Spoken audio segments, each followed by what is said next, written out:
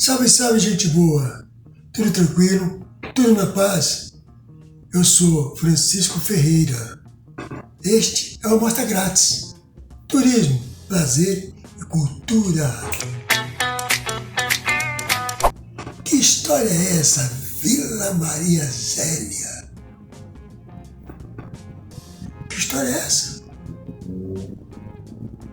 Essa história, pessoal, começa no final do século XIX, primeiras décadas do século XX. É a transformação das moradias. As antigas chácaras são loteadas e surgem novos bairros. Os Campos Elíseos e Higienópolis ficam os ricos. Santa Cecília, Vila Buarque, Consolação, classe média. Os pobres que moram próximo do centro ocupam casas de cômodos ou surgem os cortiços. Os cortiços surgem dos casarões. Tinha os casarões deixam de ser utilizados ou abandonados e são ocupados por moradores. Os cortiços e as casas de cômodos passam a incomodar a elite. E a elite passa a ocupar esse segmento pelas epidemias, pela questão de saúde. Está entendendo? Só para dar um toque. Um dos casarões, hoje, é na Vila Itororó, aqui na cidade de São Paulo, no Bexiga. Ele foi um casarão, se tornou um cortiço, aí a prefeitura retomou o espaço. Hoje é um equipamento da Secretaria Municipal de Cultura. Só para a gente trazer para bem próximo, né? Eu fui lá atrás, mas que hoje, o que é hoje? Então, o que aconteceu foi o seguinte: as autoridades atenderam as reivindicações dos ricos e fizeram uso através de uma lei, a lei de número 498. Que lei é essa? A lei 498 de 14 de dezembro de 1900 isentava de impostos municipais aqueles que construíssem habitações higiênicas e econômicas fora do perímetro urbano da cidade. Está entendendo? Vários empreendedores privados e donos de indústrias começaram a construir casas, respectivamente para locação ou para os operários. Surge também um conjunto de residências no interior de terrenos, né, cuja entrada ligava a via pública à via interna, para a qual as casas eram voltadas. Surge assim o conceito de vila, como se fosse uma rua, né? Tem uma entrada de a vila.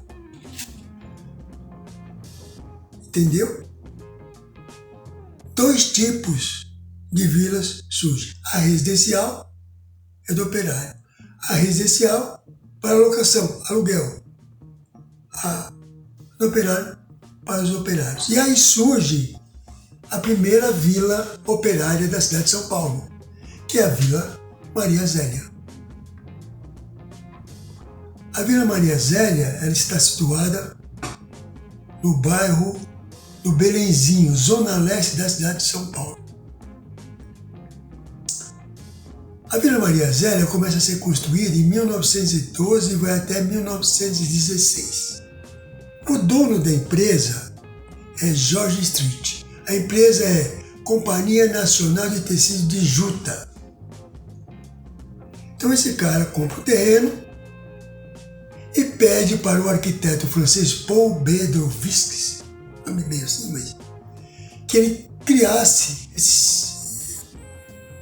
uma vila operária. A diferença da vila operária para a vila residencial não é só questão da locação, não. É que na vila operária também foram criados vários equipamentos. Igreja, ambulatório, farmácia, escola. No caso da Vila Maria Zélia, a escola, a rua, o lado de cá tinha a escola dos meninos, o lado de lá das meninas. Nessa rua tinha um alojamento só para solteiros. Então tinha vários equipamentos, armazém, açougue. Então, tudo isso diferencia uma vila residencial de uma vila operária. Além do fato de que do lado da vila está a indústria. Do lado. Né? Então, esse projeto arquitetônico foi feito e tinha 198 casas, de 75 metros quadrados a 10 metros quadrados. E de acordo com a quantidade de família de cada operário, eles distribuíam as casas. A energia elétrica, o morador pagava. O aluguel e a água era descontado direto do salário do operário. Então essa é pouco a distinção. Só para a gente situar uma questão de cronograma, né? Então, a construção vai de 1912 a 1916. A inauguração é em 1917. Antes de 1917, a filha do George Street, ela morre de tuberculose. O nome dela é o nome da vila, Vila Maria Zélia. Por isso que tem esse nome. Em 1930, a fábrica e a vila são confiscadas por débitos fiscais. Em 1931, a fábrica é fechada. Em 1960, as casas são vendidas para os moradores. Em 1992, há o tombamento pelo CODEFAT e pelo COMPRESP, pela questão arquitetônica, histórica, cultural. Hoje, estamos em 2025, é uma vila residencial. Não tem um contato com fábrica. E a entrada tem uma guarita, é como se fosse um condomínio, mas é aberto ao público. Você pode entrar, você pode visitar. Não tem nenhum problema. Eu vou apresentar para vocês umas imagens, umas fotografias que eu fiz lá da Vila Maria Zélia. As primeiras imagens são dos equipamentos. A escola, armazém, estão em ruínas. Né? É do INSS. E as casas, né? Algumas mantêm a arquitetura original, outras não. Vocês vão perceber isso. Mas um detalhe importante, se você perceberem que no teto, no telhado, é feito como um triângulo assim. Então são diferentes. Tem casa que é do espanhol, do polonês, mas dá para sacar que tem umas diferenças. Enquanto eu vou mostrando as imagens, a fotografia, eu vou falando um pouco sobre a vida das pessoas, dos operários da Vila Maria Zélia. Beleza? Então é o seguinte. Na área social, então vamos começar pela área da saúde. Saúde tinha um ambulatório, do lado tinha farmácia. Os medicamentos para crianças eram gratuitos. Para os adultos, era descontado os salários. Tinha a vida social, que tinha festas, bailes, jogos de futebol. O campo do Maria Zélia, campo de várzea. Esse é o primeiro campo de várzea que teve iluminação. Na parte da religião tem a Igreja Católica, As crianças que faziam o ensino primário, elas eram obrigadas a frequentar a igreja aos domingos, fazer o catecismo e a primeira comunhão. Na primeira comunhão, todo o vestuário e tal era pago pelo dono. Beleza? Essa situação, né, ela é bastante interessante, porque ao mesmo tempo que tem todo esse benefício, o trabalhador também ele fica, de certa forma, inibido de lutar pelos seus direitos. Só para você entender um pouco, naquela época as leis trabalhistas eram, né, poucas. Não existia, né, por exemplo, o contrato de trabalho. Não tinha férias, 13º, seguro. Crianças e mulheres trabalhavam. Então era um período bastante complicado, né? Do ponto de vista dos direitos trabalhistas. E o cara que trabalhava, como é que ele ia reivindicar? Se a casa que ele morava era o dono da fábrica. Se a escola que os filhos estudavam era o dono da fábrica. Se o médico onde ele passava, a farmácia, além do mais, o convívio, né? Fazer uma amizade com as pessoas. Então tudo isso dificultava e inibia, né, de fato, uma luta de classe, né? Uma luta de classe. É um fato bastante que quando a gente fala que a primeira vila operária que o cara fez, que era tudo quadriculado, que era tudo pensado para uma produtividade, pensado para um controle, de certa forma você se torna meio que refém numa situação dessa. Você trabalha para alguém, o dono da casa, isso que eu já falei, quer dizer, só a gente pensar nessa situação que a gente vai ter uma outra visão, a visão a partir do trabalhador sobre isso. Lá na Vila Maria Zélia aconteceu também uns fatos bem complicados. Em 1936, a fábrica estava fechada. Então, uma parte dos prédios, serviu como presídio político, na época da ditadura Vargas. Mais ou menos 700 presos ficaram ali. Ali, eles criaram Teve preso, mas criaram uma universidade Maria Zélia. Então, eles começaram a questão da educação desenvolver ali dentro. Em 1937, esse local teve uma tentativa de fuga e houve um massacre. Teve vários presos que foram fuzilados na fuga. 1937. 1970, também, novamente, uma outra ditadura. No estádio Maria Zélia, campo de futebol, Olavo Hansen, um operário, é preso, depois ele é levado para o DOPS e é assassinado.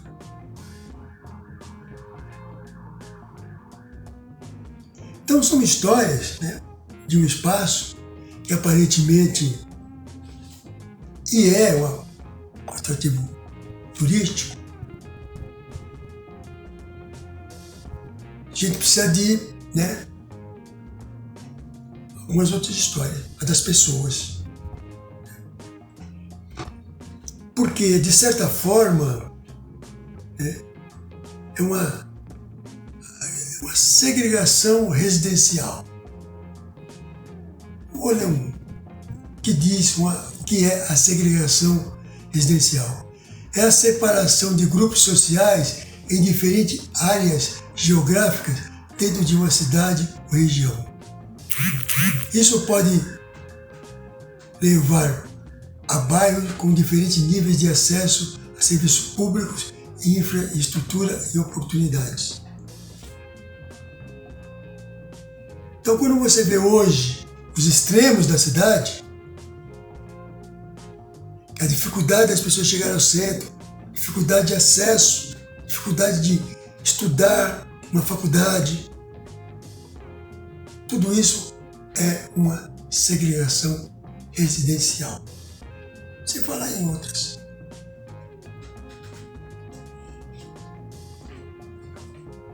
É isso. Que história é essa? A Vila Maria Zélia é um atrativo turístico, mas ela perde o interesse do público da área de negócios turísticos. Os órgãos governamentais, que é o INSS, que é o dono dos equipamentos, deixam de zelar e dar apoio ao patrimônio tombado. Aí é outra questão, que é o patrimônio tombado. Quando você tem uma casa tombada, uma residência tombada, quando você vai fazer uma manutenção, ela não é manutenção, ela é restauro. Você não pode trocar a porta, você tem que restaurar a porta. Tem um custo alto. Então é outra questão que a gente tem que pensar também no tombamento, e que as pessoas têm o equipamento tombado, mas ela não pode manter o restauro. E aí é uma incoerência, porque o governo tem o equipamento, cria a lei, e ele mesmo não faz. Então essa história de higienização é por conta dos cortiços das casas de cômodo. Então, tira o povo aqui do centro. Alguma semelhança não é mera coincidência. Os fatos atuais de 2025, na cidade de São Paulo. A industrialização, ela veio através também das ferrovias, criando os bairros. Exemplo é São Miguel Paulista, com a nitroquímica. Então, ao mesmo tempo que leva todo o desenvolvimento, também segrega. Se liga. Esse é o papo de hoje. Espero que vocês tenham gostado. Se gostou, dá um curtir. E eu queria fazer uma perguntinha. Que vocês, se puderem,